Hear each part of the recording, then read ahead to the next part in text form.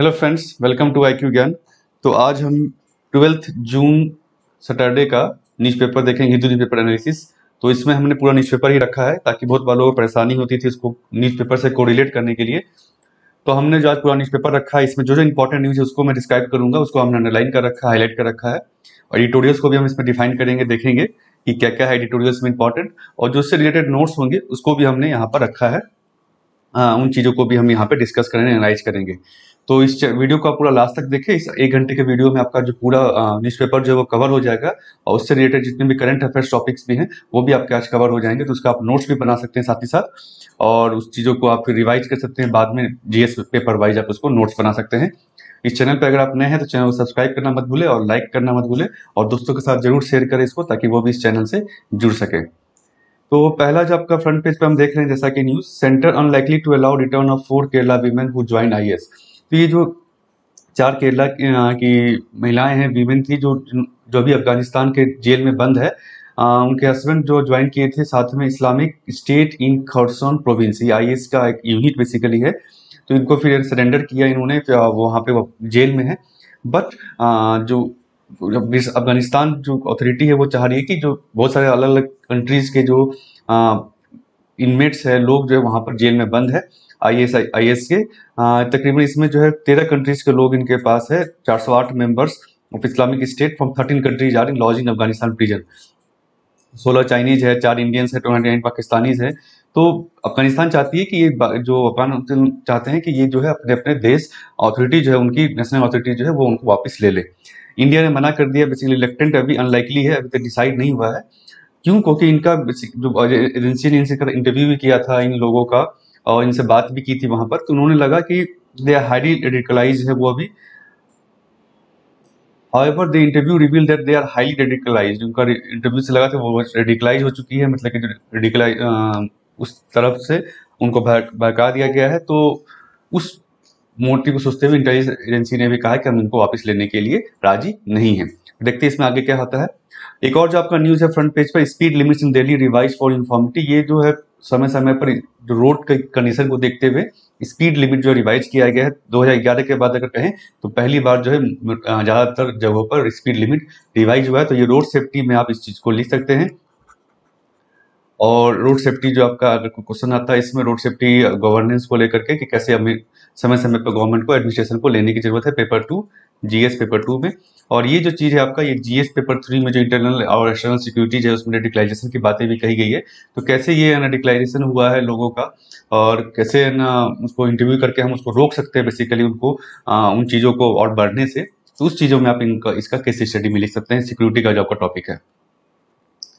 नीचे मूव हम करते हैं। ये पॉलिटिकल न्यूज है, मुकुल रॉय ज्वाइन जितना, ये भी आपका पॉलिटिकल न्यूज है, इसको आपको पढ़ने की जरूरत नहीं है, दोनों न्यूज को।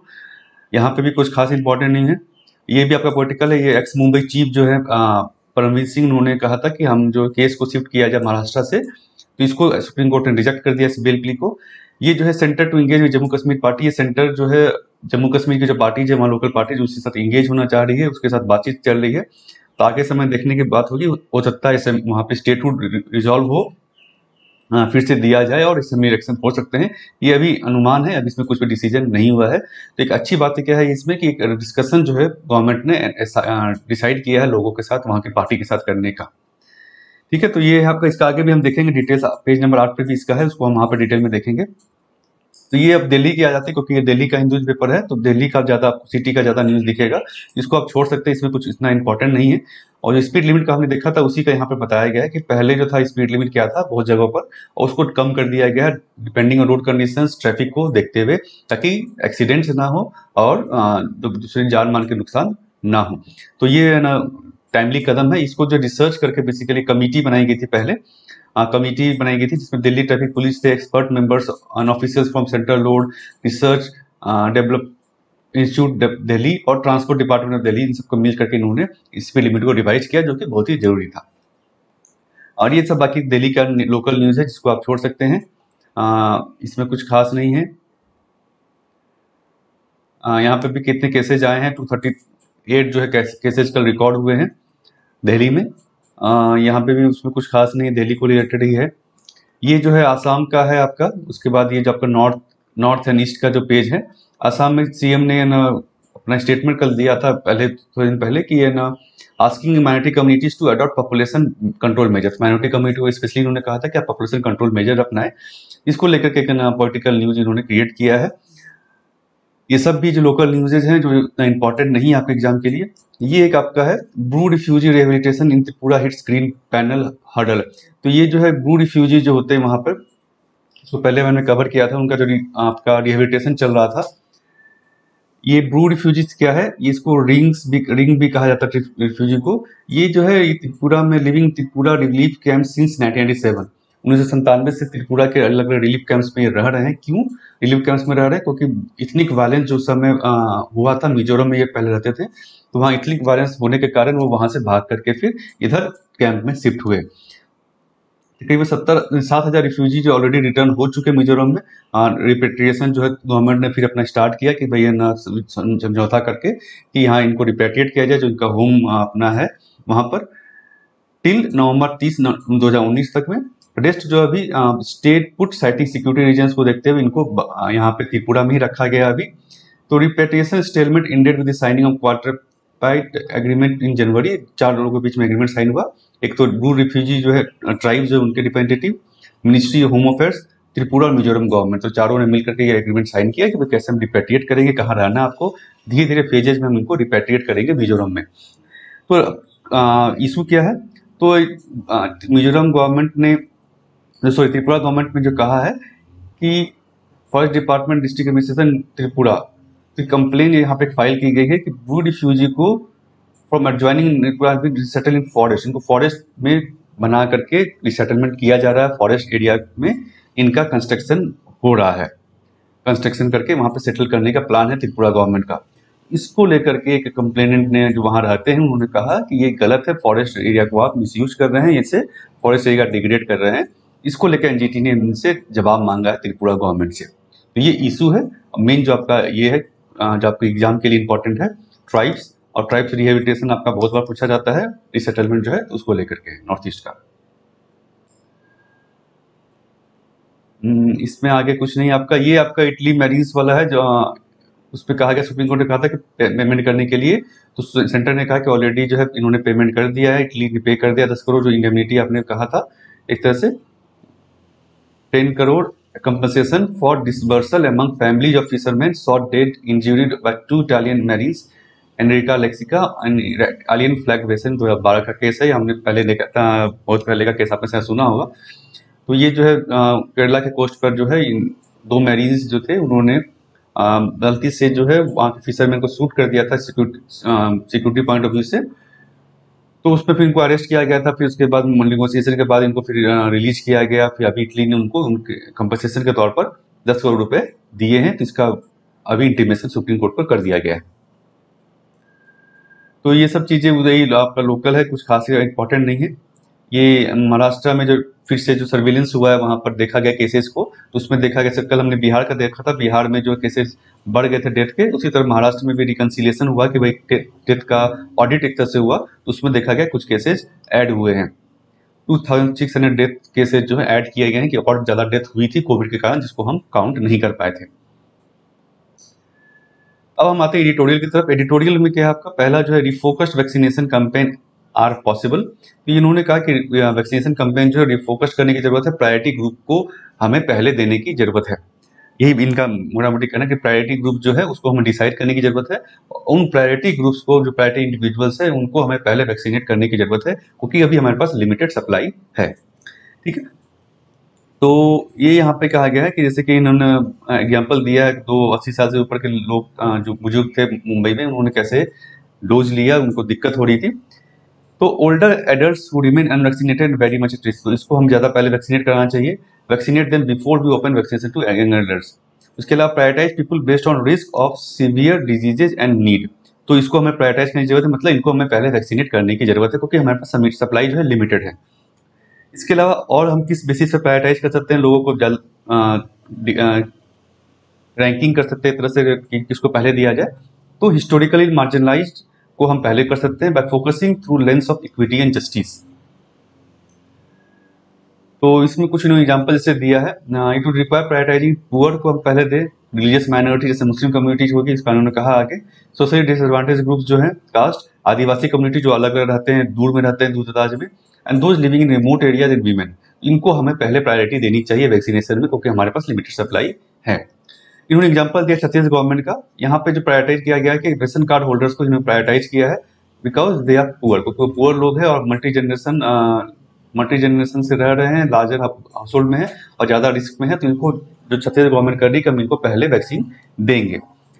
तो इसके अलावा उनके पास मोबाइल फोन इंटरनेट नहीं होता कि वो स्लॉट बुक कर सके कोविन पोर्टल से, इनको वैक्सीन प्रायोरिटी में दी जा रही है, तो इसी को हम यूज कर सकते हैं। बाकी जगहों पर भी नेशनल लेवल पर हमें कुछ ग्रुप्स को आइडेंटिफाई करके उनको प्रायोरिटी में वैक्सीनेट कराना चाहिए। डब्ल्यूएचओ के स्टैटिक एडवाइजरी ग्रुप ने भी कहा, रिकमेंड किया है कि प्रायोरिटाइजिंग सोशियो डेमोग्राफिक ग्रुप्स एक सिग्निफिकेंटली हायर रिस्क पे जो है उनको प्रायोरिटी दी जानी चाहिए इन कंटेस्ट ऑफ लिमिटेड सप्लाई। अगर लिमिटेड सप्लाई है तो जो इंडिया के केस में है, अभी वैक्सीन हमारे पास लिमिटेड सप्लाई है, तो उसमें हमें जो ग्रुप ज़्यादा जरूरी है, जिसके लिए जो ज़्यादा रिस्क पे है, उसको हमें पहले वैक्सीन कराना चाहिए। इसके अलावा रूरल एरिया की बात करें तो हम जो आसाज और एएमएन जो ऑलरेडी एक्सपर्टीज है, जिनके पास पल्स पोलियो वैक्सीनेशन उन्होंने कराया है, बाकी इम्यूनाइजेशन प्रोग्राम भी उन्होंने कैरी आउट किया है, तो उनको एक्सपर्टीज यूज करके हम जो विलेजेस में वैक्सीनेट करा सकते हैं लोगों को जल्द से जल्द, जो कि ज़्यादा रिस्क पे है, वो उनके पास इंटरनेट भी नहीं है जो कि वो कोविन पोर्टल बुक कर सके। उसके अलावा urban slum and neighbourhood have poor access to and low levels of trust in health care system, उनको ट्रस्ट नहीं है, तो वैक्सीन उनको डोर टू डोर कैंपेन करके या वहाँ बगल में ही कैंप लगा कर उन लोगों को दिए जाने की जरूरत है उनके पास में। इसके अलावा हम कैसे और बढ़ा सकते हैं, तो वैक्सीनेशन कैंप जहाँ पे लोग रह रहे हैं, काम कर रहे हैं, वहाँ पे लगा करके हम लोगों को इसेंशियल वर्कर जो जैसे हैं पुअर जो है, वहाँ पर हम वैक्सीन का इंक्रीज कर सकते हैं, वैक्सीनेशन का रेट जो है वो और फास्ट कर सकते हैं। इसके अलावा डेली वेजर जो है डेली काम पे जाते हैं, तो उनके लिए समय निकाल के वैक्सीनेशन कराने के लिए आ पाना मुश्किल है, तो उनके वहाँ पे जगह पर ही कैंप लगा करके हम उनको वैक्सीनेट करा सकते हैं, ताकि वो काम भी उनका ना रुके और वैक्सीनेशन भी हो जाए। आदिवासी कम्युनिटी का वैसे कहा गया इनमें। तो उसके मुस्लिम डोमिनेटेड जो टायर 3 टाउन्स है, वहाँ पे हमें ज़्यादा फोकस करने की जरूरत है, क्योंकि वो माइनॉरिटी कम्युनिटीज है, वहाँ पे हमें ज़्यादा वैक्सीनेटेड फोकस करने की जरूरत है। इसके अलावा वीमेन का इन्होंने कहा फिर कि वीमेन को ज़्यादा हमें प्रायोरिटी देने की जरूरत है, क्योंकि ऑलरेडी जेंडर इनक्वलिटी हमें देखने को मिलता है, तो ऐसा नहीं है कि वैक्सीन अपटेक में भी जेंडर इनक्वलिटी हो जाए, तो इन वीमेन को भी प्रायोरिटी वैक्सीनेट कराने की जरूरत है। फिर उसमें उन्होंने कहा कि डेटा का एक जरूरत है, डेटा जो है इंडिया सर्विलेंस जो होता है कि हर देश जो कर रहा है सर्विलेंस, वैक्सीनेशन का भी, डेथ का भी, टेस्ट का भी, तो उसको सर्विलेंस को और अच्छे करने की जरूरत है, और डेटा कलेक्शन जो है वो सही और एक्यूरेट डेटा कलेक्शन और को होना जरूरी है, पब्लिक में उस डेटा को बताना जरूरी है। और डेटा भी जो है आपको जेंडर डिसएग्रीगेटेड होना चाहिए, कि आप जो मेटा डेटा सेट्स आप बनाएं कि वो डेटा आपने जो किया उसको हम क्लासीफाई कर पाए कि जेंडर बेसिस पर, पुअर है, रिच है, इकोनॉमिक बेसिस पर, कहाँ पर अर्बन रूरल बेसिस पर, तो इसको हम सेग्रीगेट कर पाए ताकि हम एक अच्छी पॉलिसी डिसीजन ले सके, पॉलिसी को फॉर्मुलेट कर सके। तो वो जरूरी है कि मेटा डेटा कलेक्शन सही हो और टाइमली रिपोर्टिंग हो, ताकि प्रायोरिटाइज रिसोर्स मोबिलाइजेशन करा सके। लोकल प्लानिंग की जरूरत है कि बहुत सारे लोग इनइक्विटी डिजिटल एप्स हैं, तो इनइक्विटी है along age, gender and economic dimensions. Digital divide हम ऑलरेडी जानते हैं। डिजिटल डिवाइड क्या है कि कुछ लोगों को डिजिटल टेक्नोलॉजी एक तो पता है, डिजिटल लिटरेसी है, कुछ लोगों में डिजिटल लिटरेसी नहीं है, बहुत जगह इंटरनेट पेनिट्रेशन नहीं है, इंटरनेट मोबाइल पेनिट्रेशन नहीं है, तो वो डिजिटल डिवाइड क्रिएट कर देता है कि भाई कुछ लोग एक्सेस है उनके पास, कुछ के पास ये एक्सेस नहीं है। तो जिसके पास एक्सेस नहीं है वो कोविन पोर्टल पे कैसे अपना स्लॉट बुक करेंगे, तो वो इशू है। तो इनको हमें प्रायोरिटी में देखने की जरूरत है, और इनको हमें जो है जैसे ट्राइबल्स हो गए, इनको हमें गवर्नमेंट को खुद ही प्रोडक्टिवली उनको वैक्सीनेट कराने की जरूरत है। फिर यहाँ पे जो बात की गई है, इसके बाद इन्होंने वैक्सीन इक्विटी की बात की है ग्लोबली। ग्लोबली अगर हम देखें तो रिच नेशंस जो है ऑलरेडी उन्होंने काफ़ी ज़्यादा वैक्सीन सिक्योर कर रखा, जितना उनको जरूरत है उससे ज़्यादा वैक्सीन उन्होंने बाय करके रख रखा, स्टोर करके रखा है। तो इक्विटी के लिए जरूरी है कि vaccine should be procured equity distributed to countries based on needs through the Covax facility. ये हमें प्रायोरिटी करने की जरूरत है ग्लोबल लेवल पर। इंडिया की बात नहीं की जा रही, यहाँ पर ग्लोबल लेवल पर बात की जा रही है। तो ये रिच नेशंस है, इनको जरूरी है कि वो जो है कोवैक्स फैसिलिटी में वैक्सीन को डोनेट करे, और कोवैक्स फैसिलिटी के थ्रू जो है जो गरीब देश है, जो देश अफोर्ड नहीं कर सकते इतनी वैक्सीन परचेज करना, वहां पे वैक्सीनेशन फ्री में किया जा सके, डोनेट किया जा सके। तो अभी जो हमने देखा, हम आगे आर्टिकल में देखेंगे, G7 नेशन में इसको कहा भी है कि हम वैक्सीन जो है कोवैक्स फैसिलिटी में आने वाले समय में डोनेट करेंगे 1 बिलियन। नेक्स्ट आर्टिकल की तरफ मूव करते हैं। ये signal from Iran presidential election is clear. ये ज़्यादा इंपॉर्टेंट नहीं है, ईरान प्रेसिडेंशियल इलेक्शन जो हो रहा है उसको लेकर के इन्होंने बताया है और यूएस सैंक्शन किया है। तो अगर एग्जाम पॉइंट ऑफ व्यू से कहे तो ये आपका इंपॉर्टेंट नहीं है, इसको आप छोड़ सकते हैं। ये नेक्स्ट जो आपका आर्टिकल, ये काउंटिंग द डेड, इसको थोड़ा मैं जूम कर देता हूँ, सॉरी, काउंटिंग द डेड। तो ये क्या है, ये अभी हमने देखा था बिहार में, जो कल हमने न्यूज में देखा कि बिहार में जो रिकाउंटिंग की गई है, डेथ का काउंट को रिकनसाइल किया गया हाईकोर्ट के ऑर्डर के बाद में, और वहां देखा गया है कि 72% जो है डेथ ज़्यादा रिकॉर्ड हुए हैं, वहाँ पर रिकॉर्ड किया गया कोविड डेथ। जितना उन्होंने पहले बताया था डेथ 5,000 समथिंग था उसको, और वो बढ़ा करके 9,000 समथिंग अब वो हो चुका है काउंट डेथ का आफ्टर रिवीजन। इसी को लेकर उन्होंने कहा कि डब्ल्यूएचओ ने पहले भी 2021 जनवरी में कहा था कि उन्होंने भी एक्सेस डेटा डेथ डेटा निकाला था यूरोप और अमेरिकन कंट्रीज में, अमेरिकन कॉन्टिनेंट्स में। तो देखा था कि एक्चुअल डेथ जो हुए हैं कोविड के कारण वो तकरीबन 1.6 टाइम्स हैं ऑफिशियल काउंट जो इन देशों ने बताया है उससे। तो यहाँ पे 3 देशों में तो अच्छे खासे मतलब आप कह सकते हैं रजिस्ट्रेशन जो है वो काफ़ी फुल प्रूफ है, डेटा कलेक्शन अच्छा है काफ़ी, वहाँ पर डेथ का डेटा अच्छे से रिकॉर्ड होता है। तब भी यहाँ पर डब्ल्यूएचओ ने कहा है कि डेथ काउंट कम है। क्यों? बिकॉज बहुत सारे जो कार्डियोवास्कुलर इश्यूज हैं, पेशेंट्स हैं जो कि आफ्टर रिकवरी के बाद भी उनकी डेथ हो गई और उनको रजिस्टर नहीं किया गया एज ए कोविड-19 रिलेटेड डेथ। तो ये यहाँ का इशू उन्होंने डब्ल्यूएचओ ने बताया था। लेकिन इंडिया में बात करें तो यहाँ पर और जो देखा गया है इस फिगर को, तो और भी बहुत सारे स्टेट्स में और भी ज़्यादा डेथ रिकॉर्ड हो रहे हैं। यहीं पे आप देख ले बिहार में 72% ज़्यादा है, महाराष्ट्र में हमने देखा कि 2,900 डेथ्स और ज़्यादा रिकॉर्ड हुए हैं। जब रिकॉन्सिल केरला ने भी अभी स्टार्ट किया है, एक स्टेट लेवल ऑडिट कमेटी बैठाई है जो कि ऑडिट करेगी देश का और देखेगी कि कहीं ज़्यादा डेथ है तो उसको ना और कंपनसेशन दिया जाए और जो भी स्कीम्स है उसका फेवर उनको उन फैमिली को मिले। बिहार में रजिस्ट्रेशन भी जो है आपका बहुत कम है, रजिस्ट्रेशन ऑफ डेथ जो है तकरीबन 34% डेथ ही जो रजिस्टर्ड हो पाता है वहाँ पर। 2018 की बात की जा रही है यहाँ पर। बाकी स्टेट्स की बात करें तो उत्तर प्रदेश में भी अगर सर्विलेंस हो अच्छे से, डेथ काउंट किया जाए, फिर से रिकनसाइल किया जाए तो ज़्यादा डेथ निकलने की उम्मीद है, क्योंकि एक तो हेल्थ सिस्टम पुअर है और रूरल एरिया में बहुत बार ट्रैक आप नहीं कर पा रहे हैं। एक मेथड जो है, जो पहले भी हमने आर्टिकल्स में देखा था कि जो एक मेथड अपनाया जा रहा है कि अप्रोक्सीमेट बताने के लिए, समझने के लिए कितना डेथ हुआ होगा कोविड से, वो है एक्सेस डेथ मेथड। इसमें क्या किया जाता है कि जो इस पीरियड में, कोविड के पीरियड में कितने डेथ हुए हैं, पूरा ओवरऑल डेथ कितना हुआ है, सिविल रजिस्ट्रेशन म्यूनसिपैलिटी के रिकॉर्ड से आप निकाल सकते हैं।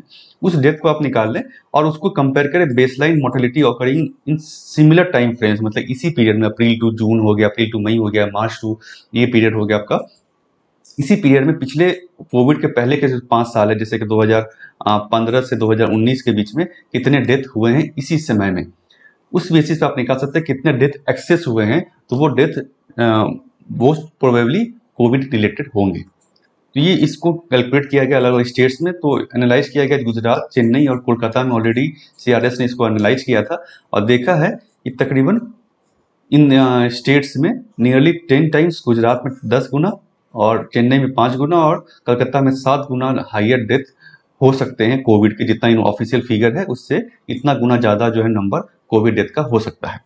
तो इसको जो हर स्टेट्स को अपना जो डेथ फिगर है उसको रिकनसाइल करने की जरूरत है, फिर से देखने की जरूरत है, कमिट ऑडिट करने की जरूरत है, ताकि जो है जो लोगों की डेथ हुई कोविड के रिलेटेड उनको कंपनसेशन और स्कीम्स का फायदा मिल सके। नेक्स्ट हमारी एडिटोरियल जो है आपका मानसून मेलेडी। ये जो है मुंबई में जो अभी आपने देखा कि मानसून के कारण, बारिश के कारण एक मकान जो है ढह गया वहाँ पर मलाड एरिया में। तो उसको लेकर के यहाँ पे बेसिकली आर्टिकल दिया गया है कि unsafe multi storey building the core area of city had collapse. तो इसमें एक ओवरबर्डन सिटी नीड्स, इसमें टाइम बाउंड और अकाउंटेबल सिस्टम की जरूरत है सिटी को, सिटी काउंसिल को, of ensuring safety of its housing stock. जितने घर है उसका सेफ्टी देखा जाए। महाराष्ट्र हाउसिंग डेवलपमेंट अथॉरिटी उन्होंने ऑलरेडी आइडेंटिफाई किया किस structure Mumbai as being extremely dangerous, लेकिन और लोगों को कहा भी वहाँ के जो लोग रह रहे हैं उस स्ट्रक्चर में, उस बिल्डिंग्स में, फ्लैट्स में, अपार्टमेंट में, कि आप 700 तकरीबन ऑक्यूपेंट्स वहाँ रह रहे हैं, उनको कहा कि आप जो है ट्रांजिट अकोमोडेशन में शिफ्ट हो जाए जब तक इसका रिकंस्ट्रक्शन हम ना कर दें। लेकिन ऑक्यूपेंट्स जो है वहाँ से हटना नहीं चाहता है, क्योंकि उनका जो बेसिकली घर, एजुकेशन, काम वाम जो है सब अगल बगल पड़ता है और ट्रांजिट लोकेशन जो है वहाँ पर वो काफ़ी दूर पड़ेगा। तो ये एक इशू है जो कि गवर्नमेंट को फेस करना पड़ सकता है आगे के समय में भी, कि कैसे हम लोगों को समझाएं और वहां से जो बिल्डिंग जर्जर हो चुकी है उसको रेट्रोफिटिंग की जिसको जरूरत है या फिर हटाने की जरूरत है, नए कंस्ट्रक्शन की जरूरत है, उसको लोगों को समझाना एक बड़ा जो है इशू गवर्नमेंट के लिए आगे समय में हो सकता है। इसके अलावा एक्यूरेट फोरकास्टिंग तो हो रही है, इसका काफी हेल्प हुआ है, लेकिन ये गवर्नमेंट को एक तरह से हेल्प करता है कि प्रिपेयर बेटर करे, save life in agriculture. But Mumbai की बात अगर हम कहें देखा जाए तो रिपेयर और रिहेबिलिटेशन प्रोग्राम्स को आपको जल्द से जल्द करना चाहिए था and replace those that can not be salvaged. City desperately needs channel, उसके अलावा सिटी को ये क्या चाहिए और इस मानसून से लड़ने के लिए या फिर जो बारिश फ्लड हो जाता है तो ह्यूज वॉल्यूम्स ऑफ वाटर को आपको फ्लो आउट करने का चैनल्स बनाने की जरूरत है और नए अर्बन वेटलैंड्स बनाने की जरूरत है। वेटलैंड, अर्बन वेटलैंड क्या हो गया कि अर्बन एरिया में ही एक आपने जो है लेक टाइप का बना लिया, वेटलैंड टाइप का एरिया कर दिया जहाँ पे आप पानी, बारिश का पानी को स्टोर कर सके और बाद में उसको आप यूज कर सकेंगे साल भर जो है ड्रिंकिंग वाटर सप्लाई में। वहाँ पे ऑलरेडी जो एक मीठी नदी है जिससे पानी जो है लोगों के घरों में जाता है, ये मीठी नदी जो है रेन वाटर के थ्रू ही इसको रिजनरेट किया जाता है, इसमें पानी भरा जाता है, उसको फिर सालों भर, क्योंकि वहाँ पे खारा पानी है समुद्र का, तो इस पानी को यूज करके घरों में सप्लाई वाटर जाता है, पीने का पानी। तो इसको ये करने की जरूरत है और मास हाउसिंग प्रोग्राम गवर्नमेंट को लाने की जरूरत है, जो कि रेट्रोफिटिंग और बाकी जहां जहां जरूरत है वहां रेट्रोफिटिंग की जरूरत है बिल्डिंग स्ट्रक्चर को। तो ये आपका जो है जीएस पेपर 3 जो है पोस्ट डिजास्टर मैनेजमेंट, डिजास्टर ही एक तरह से है, फ्लड जो है सिटी फ्लड्स अगर हम देखें, चेन्नई में हमने देखा था कुछ साल पहले, तो उसी तरह का यहाँ पर भी आपका मुंबई में देखने को मिलता है। तो सिटी अर्बन प्लानिंग कैसी होनी चाहिए, अर्बन लोकल बॉडीज में आप लिख सकते हैं अर्बन प्लानिंग, डिजास्टर से लड़ने के लिए क्या हमें जरूरत है, और जैसे मास हाउसिंग का हो गया, जो डिजास्टर हो सकता है, घर टूट सकते हैं, लोगों की जान जा सकती है उसमें, और बाकी जो है कैसे हम फ्लड, लोकल फ्लड या सिटी फ्लड को हम डील कर सकते हैं, अर्बन फ्लड को। ये नेक्स्ट आपका आर्टिकल है, editorial prosecuted in Pakistan ignored in India, page number 7 पर। तो ये जो ज्यादातर है पाकिस्तानी हिंदू जो माइग्रेट हुए इंडिया में search of security and citizenship, उनको भी काफी रूल्स के कारण वो जो है फंस जा रहे हैं, सिटीजनशिप नहीं मिल पा रही है। तो उसका एक केस स्टडी उन्होंने बताया, लोगों की इंटरव्यू लेकर के बताया है, ये आपका इतना इंपॉर्टेंट नहीं, ऑलरेडी सिटीजनशिप को लेकर के हमारे एक आर्टिकल्स है, कुछ कुछ एनआरसी सिटीजनशिप अमेंडमेंट एक्ट को लेकर के, उसका वीडियो आप देख सकते हैं, और पिछले दिनों में हमने कवर भी किया है लॉन्ग टर्म वीजा, और उसके बेसिस पर होम मिनिस्ट्री ने कुछ गाइडलाइन निकाली थी, इन लोगों को जो है माइनॉरिटी कम्युनिटी के लोग जो हैं इनको सिटीजनशिप दिया जाए, जो बहुत सारे सालों से रह रहे हैं, तो यहाँ पर 14 सालों से रह रहे हैं, तो उनको सिटीजनशिप दिया जाए।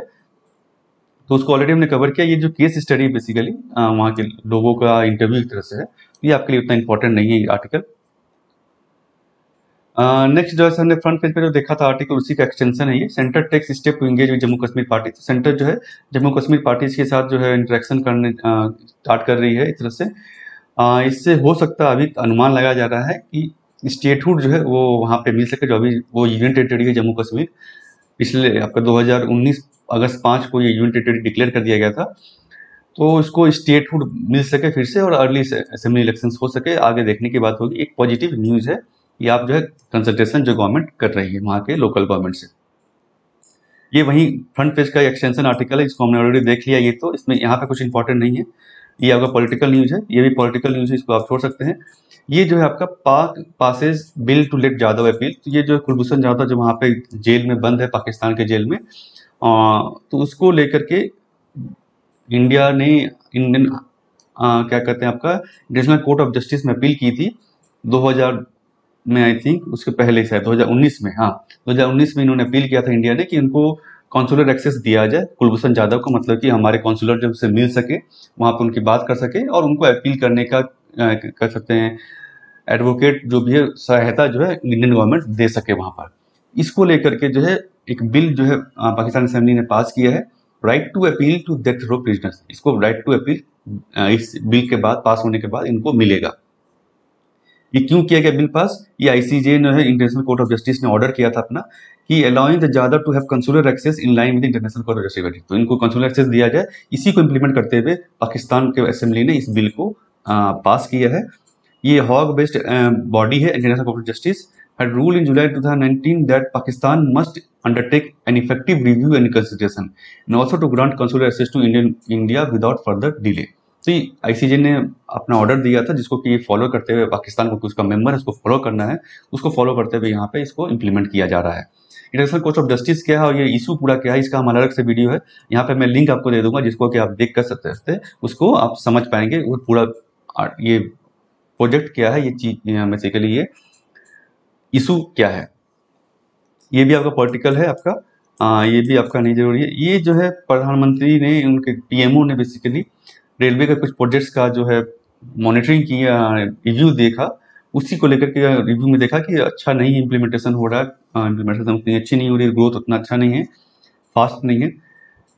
ये बाकी उसमें इतना इंपॉर्टेंट नहीं है, मेन जो आपका है proactive governance and timely implementation Pragati portal, इसके थ्रू जो रिव्यू करती है पीएमओ, प्राइम मिनिस्टर रिव्यू करते हैं अलग अलग प्रोजेक्ट्स का, सेंटर का, स्टेट का, स्कीम्स को रिव्यू करते हैं। तो इसको ये क्या है, इसका हम थोड़ा देख लेते हैं, नोट्स हमने रखा है।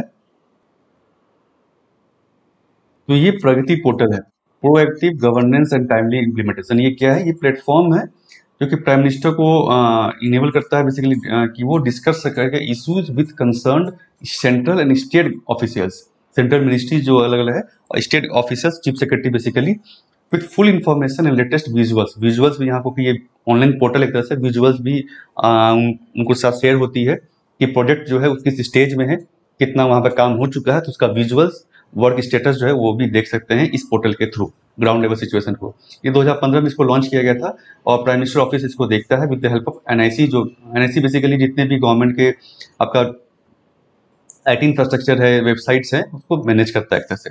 ये मिटी के अंदर में आता है, मिनिस्ट्री ऑफ आईटी के अंदर में आता है। ये 3 टायर सिस्टम है, 3 टीयर सिस्टम है। पीएमओ टॉप पे है आपका, जो कि मॉनिटरिंग करता है, डिस्कस करता है। यूनियन गवर्नमेंट के सेक्रेटरीज हो गए, अलग अलग विभाग के, अलग अलग मिनिस्ट्रीज के डिपार्टमेंट के सेक्रेटरी होते हैं, और जो स्टेट्स के चीफ सेक्रेटरी भी इसमें है मेंबर एक तरह से। मतलब कि जब भी पीएमओ को कुछ रिव्यू करना है, कुछ प्रोजेक्ट जो स्टेट में इंप्लीमेंट हो रहे हैं, सेंट्रल स्कीम्स, तो उसको देखने के लिए स्टेट चीफ सेक्रेटरी से बात होती है कि भाई आप कहाँ पे इंप्लीमेंटेशन आपका हुआ, क्या इश्यूज हैं, वो सब कुछ। ऑब्जेक्टिव क्या है, तो ग्रीवांस एड्रेसल है, कुछ ग्रीवांस है किसी मिनिस्ट्री का, डिपार्टमेंट का, तो उसको डायरेक्टली पीएमओ तक पहुंचाया जा सके। प्रोग्राम इम्प्लीमेंटेशन एक इम्पॉर्टेंट है ही, कि आप पीएमओ देख सकता है कि भाई पीएमओ के थ्रू आप पीएम भी देख सकते हैं कि इन क्या स्टेटस है अभी प्रोजेक्ट का, वो कितना इंप्लीमेंट हुआ, क्या इन्फॉर्मेशन है, प्रोजेक्ट मॉनिटरिंग। इसके अलावा ये जो यूनिक बंडल्स, 3 लेटेस्ट टेक्नोलॉजी, इसमें डिजिटल डेटा मैनेजमेंट है, डेटा फीड होता है, वीडियो कॉन्फ्रेंसिंग भी इसी के थ्रू पीएम करते हैं मिनिस्ट्रीज के साथ, और जियो स्पेशल टेक्नोलॉजी जिसके थ्रू आप वहाँ का लोकेशन का व्यू देख सकते हैं, आप ड्रोन इमेजेस भी देख सकते हैं उस लोकेशन का कि प्रोजेक्ट कहाँ पे किस स्टेज में है, रियल टाइम इमेजेस। ये ट्रांसपेरेंसी आई, ऑब्वियसली बात आपका कि ट्रांसपेरेंसी है, पोर्टल के थ्रू ट्रांसपेरेंट प्रोसीजर है। And E accountability, accountability ministry अगर कोई इंप्लीमेंट नहीं कर, जैसे हमने भी देखा रेलवे को एक तरह से इंप्लीमेंट को कि वो नहीं कर पा रहे, प्रोजेक्ट को डिले हो रहा है, तो उसको एक अकाउंटेबिलिटी भी फिक्स आप कर सकते हैं कि आपने डिले प्रोजेक्ट को डिले हो रहा है। Real time presence and exchange among की स्टेक होल्डर, तो रियल टाइम पे आप प्रोजेक्ट का डिसीजन ले सकते हैं, प्रोजेक्ट के बारे में रिव्यू कर सकते हैं। कॉपरेटिव फेडरलिज्म को भी प्रमोट करता है कि एक ही प्लेटफॉर्म पे आप जो है यूनियन के सेक्रेटरी और चीफ सेक्रेटरी स्टेट्स के भी आप एक प्लेटफॉर्म पे आ रहे हैं, वो डिस्कस कर सकते हैं एक दूसरे के साथ इशूज, कि क्या इशूज हैं उनको, तो वो डिस्कस किया जा सकता है। कंसर्न क्या है भाई, कि आप डायरेक्ट इंटरेक्शन जब पीएम कर रहे हैं स्टेट सेक्रेटरी के साथ विदाउट वहाँ के चीफ मिनिस्टर या पॉलिटिकल एग्जीक्यूटिव है उसको इन्वॉल्व किए हुए, एक तरह से आप बाईपास वहाँ के जो पॉलिटिकल एग्जीक्यूटिव है, सीएम्स जो है, उसको आप बाईपास कर रहे हैं, जो कि स्टेट पॉलिटिकल एग्जीक्यूटिव का आप एक तरह से उसको अंडरमाइन कर रहे हैं। It also said that this leading to concentration of power in the extra constitutional office of PMO. PMO जो एक ऑफिस है वो कॉन्स्टिट्यूशनल ऑफिस नहीं है, ये हम सब जानते हैं। संविधान में पीएमओ के बारे में कोई डिस्कशन नहीं किया गया है, तो एक एक्स्ट्रा कॉन्स्टिट्यूशनल ऑफिस में आप सारा पावर को कंसंट्रेट कर रहे हैं, एक जगह पे कंसंट्रेट कर रहे हैं। मिनिस्ट्रीज के पास, स्टेट के पास उतना पावर नहीं है, ये एक तरह से गलत है। ये मोटा मोटी प्रगति के बारे में है, उसका प्लस और माइनस। अब हम मूव करते हैं न्यूज की तरफ। तो ये हम न्यूज पे आ गए। ये भी आपका जो है काउंसलिंग जो है उसको लेकर के, करियर काउंसलिंग, ये हमने ऑलरेडी देख लिया है। अब ये जो 2 न्यूज है ये इंपॉर्टेंट आपका माइग्रेंट्स को लेकर के। एक तो क्या है कि सुप्रीम कोर्ट ने पूछा है सेंटर से कि भाई जिनके पास राशन कार्ड नहीं है उनको आप कैसे फूड आप देंगे, इसके बारे में क्या योजना है। तो अभी तक इस पर कोई योजना नहीं, सेंटर स्टेट सॉरी गवर्नमेंट ने कहा है, सॉरी सुप्रीम कोर्ट ने कहा है स्टेट से, गवर्नमेंट से, कि आप जो है नेशनल डेटाबेस अभी तक आपने क्यों नहीं बनाया है, उसको आप बनाने की जरूरत है, नेशनल डेटाबेस जिसमें कि सारे माइग्रेंट्स का डेटाबेस एक तरह से होगा, और जिनके पास राशन कार्ड नहीं भी है उसको आप अगर डेटाबेस आपके पास होगा तो आप उनको राशन और जो भी ज़रूरत की सेवाएं हैं उसको आप दे सकेंगे। गवर्नमेंट का अभी जो स्कीम है फूड को लेकर के वो है प्रधानमंत्री गरीब कल्याण अन्न योजना। इसको हमने कवर किया था। जो बेसिकली इसमें क्या है, जो राशन कार्ड होल्डर है उनको 5 kg of extra ration rice जो है वो दिया जा रहा है एवरी पर्सन। मई और जून महीने के लिए था, इसको एक्सटेंड कर दिया प्राइम मिनिस्टर ने जो अनाउंसमेंट किया था दिवाली तक यानी नवंबर तक ये एक्सटेंडेड है। तो इसमें माइग्रेंट्स के लिए गवर्नमेंट सुप्रीम कोर्ट ने कहा है कि आप जो डेटाबेस जल्द से जल्द बनाए और माइग्रेंट्स को जिनके पास राशन कार्ड नहीं है उनको भी हेल्प पहुंचाया जा सके। दूसरा जो राशन को लेकर के ही है, execute ration card scheme Supreme Court test Bengal. तो सुप्रीम कोर्ट ने वेस्ट बंगाल गवर्नमेंट को कहा है कि आप इंप्लीमेंट करें one nation one ration card scheme for the benefit of migrant worker को बेनिफिट पहुंचाएगा। वेस्ट बंगाल में और आई थिंक आसाम में और एक और स्टेट में जो है आपका छत्तीसगढ़ में शायद ये अभी तक इम्प्लीमेंटेड नहीं है। तो इसको लेकर के सुप्रीम कोर्ट ने इन स्टेट्स को कहा है कि आप इसको इम्प्लीमेंट करें। इससे फायदा क्या होगा कि जो अभी क्या होता है कि राशन कार्ड जहाँ पे आपका रजिस्टर्ड है मान लीजिए स्टेट में, वहीं पे आप राशन उसको उठा सकते हैं उस स्टेट में ही। अगर माइग्रेंट वर्कर जो है मान लीजिए वो बिहार के वर्कर है और वो दिल्ली में जाके काम कर रहे हैं अगर, तो उनके लिए पीडीएस स्कीम का फायदा उठा पाना मुश्किल है क्योंकि उनका राशन कार्ड जो बिहार रजिस्टर्ड है और दिल्ली में वो अगर दिल्ली में ये स्कीम नहीं है तो वो राशन नहीं ले सकते हैं पीडीएस के थ्रू।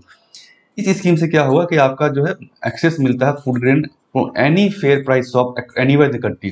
पूरे देश में कहीं भी वो फेयर प्राइस शॉप वहां से आप राशन ले सकते हैं। Whether the ration card is registered, कहीं भी आपका राशन कार्ड रजिस्टर्ड, आपका बिहार का राशन कार्ड हो या बंगाल का राशन कार्ड हो, आप कहीं पर भी जहाँ भी आप काम कर रहे हैं कहीं पर भी आप वो राशन उठा सकते हैं। तो ये सेंट्रलाइज करने की बात है। इसको गवर्नमेंट ने सुप्रीम कोर्ट ने कहा कि आप इसको इम्प्लीमेंट करें ताकि माइग्रेंट वर्कर को बेनिफिट हो सके, क्योंकि माइग्रेंट वर्कर क्या है वो होते कहीं और के किसी और स्टेट्स के और काम करने के लिए दूसरे राज्यों में जाकर काम वो करते हैं। तो ये क्या पॉलिटिकल न्यूज़ है, राशन से रिलेटेड है, लेकिन जो दिल्ली गवर्नमेंट कह रही है कि हम door to door delivery of ration करना चाहते हैं, जिसको कि इस तरह से अभी लॉन्च नहीं हुआ है प्रोजेक्ट, सेंटर और स्टेट के बीच में वो फंसा हुआ है। तो इसी को लेकर के यहाँ पर एक पॉलिटिकल ये न्यूज़ है। ये भी कुछ इंपॉर्टेंट नहीं है आपका सारा ये पॉलिटिकल, इसको आप छोड़ सकते हैं। ये आपका जो है ईडी ने वजीडेक्स जो क्रिप्टो करेंसी आपका एक्सचेंज है उसको ईडी नोटिस दिया है under prevention of money laundering, नहीं सॉरी फेमा के अगेंस्ट में, फॉरेन एक्सचेंज मैनेजमेंट एक्ट के अंदर में। तो ये आपको कुछ इतना इंपॉर्टेंट नहीं है। भी क्रिप्टो करेंसी क्या है, ब्लॉकचेन टेक्नोलॉजी क्या होती है, उसका हमारा अलग से वीडियो उसको आप देख सकते हैं समझने के लिए बेसिक। ये भी कल जो है धरना हुआ था कांग्रेस की तरफ से फ्यूल प्राइसेस हाइक को लेकर के, उसको लेकर ये न्यूज़ है। नेक्स्ट जो आपका ये न्यूज़ है आपका इंपॉर्टेंट, ये है आपका यूएसएफडीए वोंट अफेक्ट इंडिया। तो ये हम जो कोवैक्सीन ने अप्लाई किया था यूएसए में एफडीए अप्रूवल के लिए, इमरजेंसी यूज के लिए, कि इनकी वैक्सीन अगर अप्रूव हो जाती है तो वहां पर भी जो है उसको लॉन्च किया जा सकेगा। लेकिन यूरोप की जो एजेंसी है, रेगुलेटरी एजेंसी यूएसएफडीए जो है, इन्होंने रिजेक्ट कर दिया इमरजेंसी यूज अप्रूवल देने का, ऑथराइजेशन देने के लिए, और कहा है कि आप नॉर्मल जो प्रोसेस है बेसिकली जो नॉर्मली जिसमें ज़्यादा डेटा चाहिए होता है उसके थ्रू आप अप्लाई करें फिर से, अगर डेटा आपके पास होगा तो उस बेसिस पर अप्रूवल दिया जा सकता है। ये देखने वाली बात है। तो यहाँ पर गवर्नमेंट ने कहा, इंडिया ने कहा है कि इंडियन जो वीके पॉल है नीति आयोग के मेंबर जो है, उन्होंने कहा इससे इंडिया के कुछ असर नहीं पड़ेगा क्योंकि हमने जो अप्रूवल दिया है वो ऑलरेडी हमने पूरे ट्रायल्स और हमारे जो रेगुलेशन है उसके बेसिस पर दिया है। यूएसए का रेगुलेशन अलग है, तो उनका रेगुलेशन वो उन्होंने अपने बेसिस पर उसको रिजेक्ट किया है, इससे कोई भी इफेक्ट नहीं होने वाला है। इसके अलावा ओपन वाइल पॉलिसी के बारे में कहा गया है कि भाई जो आप कोई भी अगर वैक्सीन को खोलते हैं तो उसको विद इन स्टिपुलेटेड टाइम आपको जो उसको खत्म करना होगा। वैक्सीन एडवाइज टू मार्क, आपको उन्होंने कहा वैक्सीनेटेड को, जो भी वैक्सीनेट करा रहे हैं हॉस्पिटल्स में, उनको कहा है कि आप जो है डेट और टाइम जो जब आप ओपन कर रहे हैं सीसी को, उसका आप डेट और टाइम नोट कर ले और उसको जो 4 घंटे के अंदर अंदर आपको उसको खत्म करना, या तो यूज कर लेना या तो फिर डिस्कार्ड कर देना, उसके बाद उसमें वैक्सीन इफिकेसी नहीं होती है। तो ये चीज़ें वैक्सीन का वेस्टेज रोकने के लिए इन्होंने गवर्नमेंट ने गाइडलाइन जारी की है। और ये कोवैक्सीन को लेकर के, कोवैक्सीन अभी डब्ल्यूएचओ में के लिए भी इन्होंने अप्लाई किया है इमरजेंसी यूज के लिए, देखते हैं क्या मिलता है। और इसके बाद ये सीएमसी वेल्लोर ने स्टडी की है कि देखा है कि 2 डोजेज जो है वैक्सीन का ज़्यादा इफेक्टिव है compare to 1 dose, offer 77% protection against hospitalisation. तो एक स्टडी जो है पीयर रिव्यू स्टडी की गई, उतना इंपॉर्टेंट नहीं है आपका। अब बात करते हैं स्कूल एजुकेशन बच्चों के लिए, तो हमने पहले भी देखा था बच्चों के लिए सुप्रीम कोर्ट ने काफ़ी जो ऑर्फेनेड हुए बच्चे उनके लिए अलग अलग गाइडलाइन निकाली थी कि भाई उनको एडॉप्शन जो इलीगल एडॉप्शन हो रहा है उसको रोका जाए, एजुकेशन उनका कंटिन्यू किया जाए। उसी को लेकर सेंटर ने एक मॉड्यूल सेटअप किया है to map out of school children, बच्चे स्कूल से बाहर हो गए हैं, और कनेक्ट करने के लिए उनको मेन स्ट्रीम एजुकेशन से थ्रू स्पेशल ट्रेनिंग सेंटर्स, उनको फिर मेन स्ट्रीम एजुकेशन में लाया जा सके। स्पेशल ट्रेनिंग सेंटर जो है सेटअप किया गया है, तो इसको लेकर के सेंटर ने अपना मॉड्यूल एक बनाया है ताकि इन बच्चों का जो पहले बात डेटा जो है लिया जा सके। इस स्टेज को डायरेक्ट किया गया है कि आप ब्लॉक लेवल तक जो है डेटा को फीड करें, मॉनिटर करें ऐसे बच्चों का, और जो फाइनेंशियल प्रोविजंस हैं अलग अलग स्कीम्स में उसको उनको दिया जाए। तो ये है आपका, ये भी आपका कुछ खास नहीं है, जो है ना फ्रॉड केस था उसमें इनको अरेस्ट किया गया है, ये सब कुछ इंपॉर्टेंट नहीं है आपका। ये जो है आपका ये भी अलग है आपका शो केस जो है, कुछ ज़्यादा नहीं है आपका एग्जाम के लिए। ये क्लब हाउस को हमने पहले भी कवर किया था, ये सोशल मीडिया एक तरह से radio based and voice based social media platform है, जिसमें कुछ सिक्योरिटी का इशूज है जिसको हमने कवर किया था एडिटोरियल में। तो इसके बारे में क्लब हाउस एक प्ले स्टोर ऐप है एक तरह से, इसको आप देख सकते हैं। ये जो है नाओमी ओसाका ने, जो अभी थोड़ा दिन पहले हमने देखा था कंट्रोवर्सी हुई थी, उन्होंने जो है फ्रेंच ओपन से आई थिंक फिर उनको हटा दिया गया था क्योंकि उन्होंने प्रेस कॉन्फ्रेंस करने से मना कर दिया था। आफ्टर मैच जो है प्रेस कॉन्फ्रेंस जो है उसका पार्ट होता है, तो उसको जो उन्होंने मना कर दिया था कि भाई मेरी मेंटल हेल्थ उतनी अच्छी नहीं है, मैं ना प्रेस के सामने खुलकर बात नहीं कर सकती हूँ, इसलिए मैं प्रेस कॉन्फ्रेंस नहीं करूंगी, और इसके कारण उन्होंने फिर मैच से वो हट भी गई थी और उन्हें निकाल भी दिया गया था, और कुछ फाइन्स भी लगाया गया था उनके ऊपर। तो मेंटल हेल्थ पे ये बेसिकली चर्चा की गई है, आपका केस स्टडी एक तरह से है वीमेन एथलीट का। और ये सब कुछ आप नहीं, फूड आपका खाने के लिए क्या आप खा सकते हैं, टेकिंग सेक्स सीरियसली भी कुछ खास इंपॉर्टेंट नहीं है आपका एग्जाम के लिए।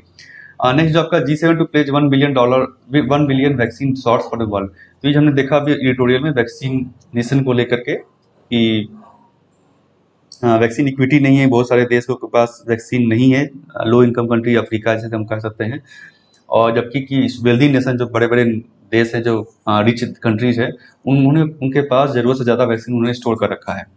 ये जो क्रिटिसिज्म को लेकर के, प्रेशर को लेकर के G7 जो ग्रुप है आपका रिच देशों का, उन्होंने डिसाइड किया है कि 1 बिलियन वैक्सीन जो शॉट्स जो है वो वर्ल्ड में डोनेट करेंगे प्रोक्योर करके। ऑलरेडी कल हमने देखा था यूएस ने अनाउंस किया था कि 500 मिलियन डोजेज जो है हम डोनेट करेंगे थ्रू कोवैक्स फैसिलिटी के थ्रू, और बाकी बायलैटरली भी, और ब्रिटिश प्रीमियम ने उन्होंने अनाउंस किया है कि 100 मिलियन डोजेज हम भी डोनेट करेंगे। तो ये भी डिटेल कमिटमेंट आना बाकी है।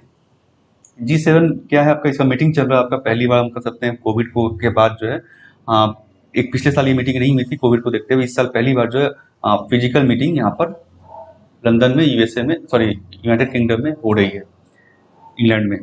इसमें 7 देश है, Canada, France, Germany, Italy and Japan इसमें मेंबर्स है, और साथ में यूएसए और आपका जो है ना यूके। इसके अलावा एक और चीज पे सहमति बन सकती है, ग्लोबल मिनिमम टैक्स। ये हमने देखा था ग्लोबल मिनिमम टैक्स क्या है कि ये ना एक एमएनसी जो है बहुत बार वो टैक्स का चोरी करती है, एक तरह से टैक्स नहीं देती है देशों में, वो प्रॉफिट जो है दिखाती है कुछ ऐसे देशों में जहाँ पे कि टैक्स रेट कम है, तो वहाँ पे अपना प्रॉफिट दिखाती है और कम टैक्स दे करके वहाँ पे छूट जाती है कैसे। इस चीज़ को रोकने के लिए कि ना जो बड़े बड़े देशों को जो नुकसान हो रहा है इससे टैक्स रिवेन्यू का, उसको रोकने के लिए मिनिमम टैक्स रेट का इन्होंने प्रपोजल दिया था कि 15% मिनिमम टैक्स आपको देना होगा एमएनसीज को, चाहे आप कहीं भी अपना टैक्स दें। और अगर वहाँ पे किसी देश में अगर आप 15% से कम टैक्स दे रहे हैं, तो जहाँ पे आपकी रेसिडेंट देश है आपका, जहाँ मेन देश जहाँ पे आपका बिजनेस है, वहाँ पे आपको बाकी 15% माइनस जो आपने टैक्स दिया है वो टैक्स जो रिवेन्यू आपको देना होगा। ये stop companies from using tax haven to seek profit and avoid taxes, तो ये इसको रोकने के लिए है। इसको हमने पहले भी डिस्कस किया, संडे का मैं आर्टिकल में आप देख सकते हैं हिंदू न्यूज़पेपर का जो हमने डिस्कशन किया है। इसको लेकर के ये भी आपका है कि यूएस और यूके का टाइज जो है स्ट्रांग है आपका, इसी को लेकर के ये आर्टिकल है आपका, ये कुछ खास इंपॉर्टेंट नहीं है। ये जो है यूएन ह्यूमन राइट काउंसिल जो है high commissioner for human rights, इन्होंने म्यांमार में जो वायलेंस को लेकर के, जो वायलेंस हो रही है, जो डेथ हो रही है, लोग मर रहे हैं, उसको लेकर के कंसर्न जाहिर किया है। ये आपका जो न्यूज़ है, रसिया जो है ईरान को कहा है उन्होंने कि ईरान को हम एडवांस सेटेलाइट सिस्टम भेज देंगे, डिलीवर करेंगे, मोस्टली इम्प्रूव स्पाइंग कैपेबिलिटी को इम्प्रूव करेगा। सैटेलाइट का नाम क्या है, कैनोपस V सैटेलाइट। जिसको आप नाम याद कर सकते हैं बेसिकली एग्जाम के लिए, ऑब्जेक्टिव के लिए। और इनका भी आप नाम याद रख सकते हैं, पर्सनालिटी अगर पूछा जाता है तो यूएन हाई कमिश्नर कौन है अभी ह्यूमन राइट्स की, मिशेल बैकलेट। ये वहाँ का लोकल न्यूज आप देख सकते हैं ना, इलेक्शन को लेकर के। ये आपका जो है फॉरेन पॉलिसी में आप इसको लिख सकते हैं कि China Sri Lanka friendship hospital open किया गया है चाइना के ग्रांट से, 60 मिलियन ग्रांट से जो है चाइना ने श्रीलंका ने हॉस्पिटल जो है वहाँ पे बनाया है और उसको इनॉग्रेशन कल हुआ है। कौन जगह पे आपका पोलोनरुवा बिल विद चाइना इतना, तो ये चाइनीज कैसे वहाँ पे ग्रांट्स जो है चाइनीज इंक्रोचमेंट श्रीलंका में बढ़ रहा है, जो कि हमारा नेबरिंग कंट्री भी है और इंडियन ओशियन में काफी इंपॉर्टेंट स्ट्रेटेजिक लोकेशन भी है। तो उसको देखते हुए आप इस फॉरेन पॉलिसी में लिख सकते हैं। इंडिया ने भी कुछ ग्रांट्स दिए हैं कुछ अलग अलग चीज के लिए, जैसे जाफना कल्चर सेंटर जो अभी तक इनॉग्रेट नहीं हुआ है, इंडिया ने इसके लिए $11.5 मिलियन ग्रांट दिया था जो अभी तक इनॉग्रेशन नहीं हुआ है इशूज के कारण। तो ये इंडिया श्रीलंका रिलेशन में और ओवरऑल जो चाइना का सबसे स्ट्रिंग ऑफ पर्ल्स जो थ्योरी है उसको लेकर के आप इसमें लिख सकते हैं। बाकी सब कुछ खास इंपॉर्टेंट नहीं है, आप लोकल वहाँ का न्यूज़ है, ये भी कुछ नहीं है आपका। ये आईआईपी डेटा कल आया है, ये आपका जो आईआईपी डेटा है index of industrial production index है, जो कि देखता है इंडस्ट्रीज में अलग अलग इंडस्ट्रीज सेक्टर्स में कैसा ग्रोथ रहा है। तो जनरली ये साल का कंपैरिजन होता है, जैसे कि इस साल अगर अप्रैल का ये डेटा है तो इस साल अप्रैल 2020 का डेटा को कंपेयर किया जाएगा अप्रैल 2019 के, सॉरी 21 के डेटा को अप्रैल 2019 के, लेकिन सॉरी 20 अप्रैल 2021 है ये अभी इसका डेटा आया है। तो इसको जनरली जो होता है एक साल पहले का जो अप्रैल है उससे कंपेयर किया जाता है, लेकिन क्योंकि अप्रैल 2020 में पूरा शटडाउन था, नेशनल लॉकडाउन था, तो वहाँ पे फिगर कुछ नहीं था, बेसिकली बहुत सारे डेटा भी अवेलेबल नहीं थे। तो इस बार जो इसको कंपेयर किया गया है 2 साल पहले अप्रैल 2019 के डेटा से, और देखा गया है कि 0.08% अप है from the level recorded during same month 2019। और इसमें जो है कंपेयर नहीं, ईयर टू ईयर फिगर हमने कहा कंपेयर नहीं किया गया क्योंकि वहाँ पर नेशनल वाइड लॉकडाउन था। मई का फिगर भी ऐसा ही होगा जनरली, और मंथ टू मंथ अगर कंपेयर करें मंथ टू मंथ बेसिस से, तो अप्रैल का जो आईआईपी डेटा है वो 12% कॉन्ट्रैक्ट हुआ है कंपेयर टू मार्च के फिगर से। क्यों? क्योंकि महाराष्ट्र बाकी दिल्ली में स्टेट्स में लोकलाइज लॉकडाउन थे, जो कि इंडस्ट्रियल हब है एक तरह से, इस कारण से डेटा खराब हुआ है। तो ज़्यादा अच्छा होगा कि अगर हम इंडस्ट्री को हमें जीडीपी को अगर देखना हमें, तो हमें पीएमआई, ई-वे बिल्स और जीएसटी को हम देख सकते हैं, जीएसटी कलेक्शन को, उससे हमें ज़्यादा अनुमान अच्छा लगेगा, ये इनका कहना है। इसके अलावा फाइनेंस मिनिस्ट्री ने एक्सपेंडिचर को कंट्रोल करने के लिए मिनिस्ट्रीज को कहा है, लेटर लिखा है कि आप जो है एक्सपेंडिचर जो वेस्टफुल एक्सपेंडिचर है उसको आप कंट्रोल करें 20% तक डिफिसिट को मीट करने के लिए। ये व्हीकल स्क्रैपिंग पॉलिसी को फाइनेंस मिनिस्टर ने कहा कि इसको आप जल्द से जल्द इम्प्लीमेंट करें, जल्दी करें, ताकि ज़्यादा वैक्सीन जो पुराने वैक्सीन जो है वो खत्म हो सके, और road and improving data as well as road connectivity in hilly and regions and special districts, जिससे इकोनॉमी सुधर सके और अच्छे से। ये कुछ खास इंपॉर्टेंट नहीं है, ये सब इंपॉर्टेंट नहीं है आपका। ये बाकी स्पोर्ट्स न्यूज है उसमें कुछ खास इंपॉर्टेंट नहीं है मेरे ख्याल से, एग्जाम के लिए आपसे बात करें तो। ये ओलंपियंस थे प्रीवियस, डेथ हो गई उनकी। तो ये फ्रेंड्स आज का एडिटोरियल हिंदी पेपर एनालिसिस था। आपको वीडियो अगर अच्छा लगा हो तो आप इसको लाइक कर सकते हैं, सब्सक्राइब करना मत भूलें चैनल को अगर आपने सब्सक्राइब नहीं किया है तो, और दोस्तों के साथ जरूर आप शेयर करें ताकि वो भी चैनल से जुड़ सके। और बाकी जो है हमारा वीडियो ऑलरेडी हमारा बहुत सारे वीडियो है जिसको हमने डिस्क्रिप्शन में लिखा है, बैंकिंग सेक्टर को लेकर, इकोनॉमी, पॉलिटी, एनसीईआरटी। तो आज जो है वीडियो हम अपलोड कर रहे हैं history of banking in India, तो इसको आप देख सकते हैं। History of banking in India जो है आपका, इसमें हमने बैंकिंग रिफॉर्म्स को लेकर के है, एक पहला ये वीडियो है, इसके बाद 2 और वीडियो जो बैंकिंग रिफॉर्म्स पे होगा, और बाकी बैंकिंग का ऑलरेडी हमने आरबीआई को और अलग अलग बैंक्स क्या टाइप है बैंक के, उसको हमने ऑलरेडी इस प्लेलिस्ट में देखा है। इसको आप वीडियो का आप जरूर देखें, शाम में आपका अपलोड होगा ये। तो फ्रेंड्स फिर मिलते हैं नेक्स्ट वीडियो के साथ, थैंक यू।